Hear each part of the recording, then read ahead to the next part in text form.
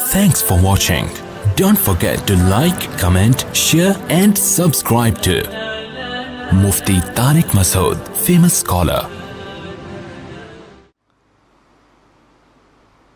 تو یہ آ کے نبی صلی اللہ علیہ وسلم سے کہنے لگے یہ اصحاب کہف کے نوجوانوں کا واقعہ کیا ہے؟ آپ نے فرمایا کل بتاؤں گا، کیونکہ آپ وحی کا انتظار کرتے تھے.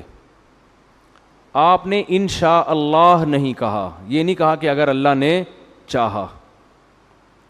تو اللہ کو آپ صلی اللہ علیہ وسلم کی یہ بات، اس پہ اللہ نے آپ کو تنبیہ فرمائی کہ آپ اپنی مرضی سے کچھ بھی نہیں بتا سکتے. آپ کو یہ کہنا چاہیے کہ اگر اللہ نے چاہا. تو اس پر وحی کا سلسلہ بند ہو گیا اور آپ انتظار کرتے رہے. 15 دن کے بعد وحی نازل ہوئی اور آپ صلی اللہ علیہ وسلم کو بہت تکلیف ہوئی اس عمل سے، کیونکہ وہ اعتراض کر رہے تھے نا کہ دیکھو ان کو معلوم نہیں ہے. تو 15 دن کے بعد وحی نازل ہوئی اور پھر اللہ نے آپ کا پورا واقعہ بیان کیا اور فرمایا کہ وَلَا تَقُولَنَّ لِشَيْءٍ إِنِّي فَاعِلٌ ذَلِكَ غَدًا إِلَّا أَن يَشَاءَ اللَّهُ. کبھی بھی کسی کام کے بارے میں یہ مت کہا کریں کہ میں یہ لازمی کل کروں گا، ہاں یہ کہا کریں اگر اللہ نے چاہا. تو نبی صلی اللہ علیہ وسلم نے انشاءاللہ کہنا بھول گئے تو وہی دیر سے نازل ہوئی، لیکن اللہ نے پھر آپ کو تنبیہ فرمائی.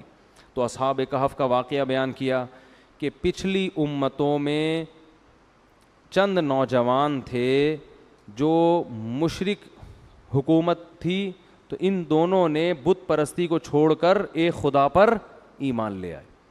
جب ایمان لے آئے تو ان کے لیے اپنے کنٹری میں رہنا ناممکن ہو گیا. تو انہوں نے اللہ پہ اعتماد اور توکل کر کے کہا فَأَوُوا إِلَى الْكَهْفِ، یہاں سے نکلو اور کسی غار میں جا کے پناہ لو. غار میں جائیں گے تو کل دیکھیں گے پھر ہم نے کیا کرنا ہے، فی الحال یہاں سے نکلو. یعنی دین سے پیچھے نہیں ہٹے بلکہ دین پہ قائم رہنے کے لیے اس ملک سے ہجرت کر لی. یہی شریعت کا حکم ہے کہ جس جگہ آپ اپنے دین کو محفوظ نہیں رکھ سکتے وہاں سے آپ کے لیے موو کر جانا واجب ہے، اور یہ اللہ کی طرف سے بہت بڑا اس پہ اجر ملتا ہے. اس پہ قرآن کہتا ہے جو اللہ کی راہ میں نکلے گا نا، دین پہ قائم رہنے کے لیے علاقہ چھوڑے گا، یجد فی الارض مراغما کثیرا وسعا، زمین میں اس کو بڑی کشادگی نظر آئے گی، زمین کا سینہ اس کے لیے کھلا ہوا ہے، بھوک سے مرے گا نہیں. اور اللہ نے فرمایا اگر وہ سفر کے دوران مر گیا فقد وقع اجرہ علی اللہ، اس کا اجر اللہ کے اوپر پڑ گیا، آ کے گر گیا اس کا اجر اللہ کے اوپر، یعنی اللہ پہ فرض ہو گیا اس کو نوازنا. تو اب یہ تین جب نکلے تو انہوں نے کہا چلو بھائی غار میں جا کے پناہ لیتے ہیں، اور اگر تم یہیں رہے تو یہ ہمیں ہمارے پرانے دین پر لے آئیں گے اور ہم کبھی بھی کامیاب نہیں ہو سکیں گے. بڑا مضبوط ایمان. تو اپنے کتے کو بھی ساتھ، کتا حفاظت کے لیے اپنے ساتھ رکھنا جائز ہے، شو کے لیے یا ویسے ہی شوقیہ پالنا جائز نہیں ہے. بہت افسوس کے ساتھ کہنا پڑتا ہے پہلے یہ کتے غیر مسلم پالا کرتے تھے، اب افسوس کے ساتھ کہنا پڑتا ہے مسلمانوں نے بھی کتے پال کے شو مارنا شروع کر دیے. اور ویسے بھی کتے سے ایک عجیب وحشت ہوتی ہے، جتنا ہی پالتو ہو لیکن آپ کو ایک عجیب وحشت ہوگی اس سے. تو پالنا یہ بھیڑ بکریاں پالیں، گائے پالیں، مرغیاں پالیں جو حلال جانور ہیں، تو یہ درندے مت پالا کریں، یہ شریعت میں اچھا کام نہیں ہے. نبی نے فرمایا جس نے کتا پالا بلا ضرورت روزانہ اس کے اجر سے ایک قیرات کم ہوگا، اس کی نیکیاں گھٹتی چلی جائیں گی. جتنی نیکیاں اس نے کی ہیں نا روزانہ اس میں سے بیلنس مائنس ہوتا چلا جائے گا. جیسے آپ کوئی پیکج کروا لیتے ہیں نا تو روزانہ کے حساب سے بیلنس کیا ہوتا ہے، کٹنا شروع ہوتا ہے، اتنے ایم بی ختم ہو گئے، ہوتا ہے نا. تو آپ نے فرمایا جس نے بلا ضرورت کتا پالا اس کی نیکیوں میں سے روزانہ کے حساب سے نیکیاں ختم ہوتی چلی جائیں گی. تو اس لیے اچھا کام نہیں ہے کتے پالنا. ضرورت کے لیے پالے، انسان کی خدمت کے لیے پیدا کیا ہے، تو شکار کے لیے. تو اصحاب کہف کو بھی چونکہ اجنبی تھے تو اجنبیوں کو سفر میں کتے کی ضرورت پڑتی ہے. بعض دفعہ دوسرے کتے سے بچنے کے لیے بھی کتے کی ضرورت ہوتی ہے. حقیقت ہے نا، کتا کتے کی زبان سمجھتا ہے، وہ اپنی زبان میں اس کو سمجھاتا ہے ذرا سائڈ پہ ہو جاؤ، ٹھیک ہے نا. آپ سمجھاؤ گے وہ کچھ اور سمجھ جائے گا، وہ سمجھے گا وہ کہہ رہا ہے شاید یہ کہہ رہا ہے مجھے کاٹو ٹھیک ہے نا. تو کتا ہے نا، کھوپڑی تھوڑی ہے اس میں. تو یہ اپنے کتے کو لے کے نکل گئے. کتا بھی کتنا زبردست کتا، اس کا بھی اللہ نے قرآن میں ذکر کر دیا. تو قرآن کہتا ہے فَأَوُوا إِلَى الْكَهْفِ، جاؤ ہم اس غار میں ٹھہرتے ہیں پھر دیکھیں گے کیا کرنا ہے. قرآن کہتا ہے ہم نے فضربنا علی آذانہم فی الکہف سنین عددا, ہم نے ان کو کئی سالوں کے لیے وَلَبِثُوا فِي كَهْفِهِمْ 300 سِنِينَ وَازْدَادُوا 9, 310 سال کے لیے ہم نے ان کو سلا دیا. اب یہ بات یہودی جانتے تھے کہ اصحاب کہف کا ایسا واقعہ ہوا ہے جس میں وہ کہتے تھے 300 سال, جبکہ قرآن نے کہا 310.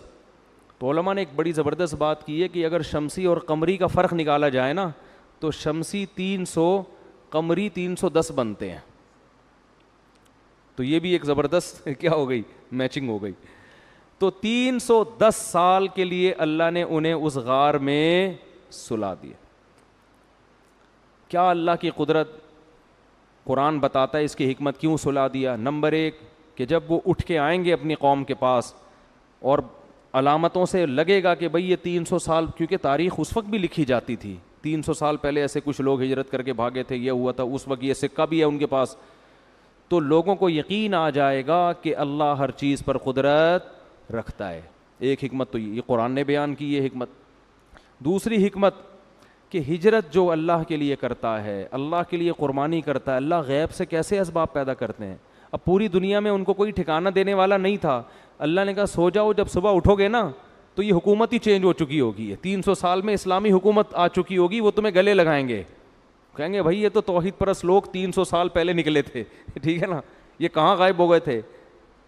تو 310 سال سوتے رہے ہیں. اور قرآن کہتا ہے کہ ہم نے غار پہ جو ان کا کتا حفاظت کے لیے بیٹھا ہوا تھا نا, وہ 300 سال تک ایسے بیٹھا رہا ہے کہ لو اطلعت علیہم لولیت منہم فرارا, اس کے روب اتنا تھا کہ کوئی اس کے قریب سے گزر کے اس کو دیکھ لیتا تو بھاگ جاتا وہاں سے. وہ سمجھتا باقاعدہ یہ پہرا دے رہا ہے بیٹھا ہوا. باسط ذراعیہ بالوسید, غار کی چوکھٹ پر اپنے بازوؤں کو پھیلایا ہوا ہے, جیسے کتے کا اسٹائل ہوتا ہے نا بیٹھنے کا, اس طرح بیٹھا ہوا ہے اور زبان نکال کے ہانپ رہا ہے, صحیح نا, انتظار میں ہے. اور قرآن کہہ رہا ہے وَنُقَلِّبُ أَفْئِدَتَهُمْ ذَاتَ الْيَمِينِ وَذَاتَ الشِّمَالِ, ہم ان کو نیند کی حالت میں کروٹیں بھی دیتے تھے, کیونکہ اتنے عرصے اگر آپ زمین پہ لیٹے رہیں تو زمین ہی کھانا شروع کر دیتی ہے. اور سورج کی کرنیں اس انداز سے پڑتی کہ سورج کی روشنی ان کو نقصان نہیں دیتی. تو بڑا تمام سائنٹیفک جتنے بھی وہ طریقے ہوتے ہیں نا کسی کو زندگی دینے کے, ان تمام طریقوں کی قرآن کہتا ہے ہم نے رعایت کی. اور 310 سال کے بعد جا کے جب وہ اٹھے ہیں تو کہنے لگے بھائی کیا ہو گیا, ہم تو لگ رہا ہے بہت لمبا سو لیے ہیں. قال کم لبثتم, کہنے لگے کچھ پتہ ہے کتنی دیر سوئے ہیں. اب کنفیوز ہو رہے ہیں نا آپس میں, تو کہنے لگے قالوا لبثنا یوما او بعض یوم, شاید ایک دن یا اس سے کچھ کم سوئے ہیں, کیونکہ وہ سورج کو دیکھ کے اندازہ لگا رہے تھے نا کہ ہم جب گھسے تو یہ ٹائم ہو رہا تھا, نکلے ہیں تو یہ ٹائم ہو رہا ہے, تو 24 گھنٹے یا اس سے کچھ کم ہوئے ہیں. پھر پریشان ہو گئے کہ یار کچھ ایسا لگتا نہیں ہے. تو پھر کہنے لگے ربکم اعلم بما لبثتم, اللہ ہی کو پتہ ہے بھائی کتنے سوئے ہیں, اس بحث میں کچھ نہیں رکھا ہوا, پیٹ کمر سے چپکا ہوا ہے.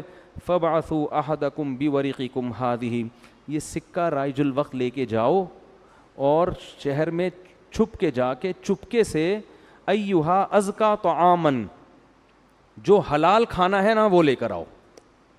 اس سے پتہ چلتا ہے بھائی غیر مسلم ریاست میں اس کی فکر کرنا لازم ہے کہ جو آپ کھا رہے ہو وہ حلال ہے یا حرام. اسلامی کنٹری میں ضروری نہیں ہے آپ جائیں گوشت کھا لیں حلال ہی ہوگا, لیکن اگر آپ یورپ میں رہتے ہیں امریکہ میں رہتے ہیں تو ایسا نہیں کہ ہوٹل میں جا کے جو مرضی کھا لو, تفتیش کرنی پڑے گی, پوری تحقیق. صرف حلال کا ٹھپا کافی نہیں ہے, ہر چیز پہ حلال کے ٹھپے لگے ہوئے ہیں آج کل. وہاں لوگ کہتے ہیں حلال لکھا, وہ یعنی شراب کی بوتلوں پہ بھی ان کا بس چلے تو حلال کے ٹھپے لگا دیں وہ.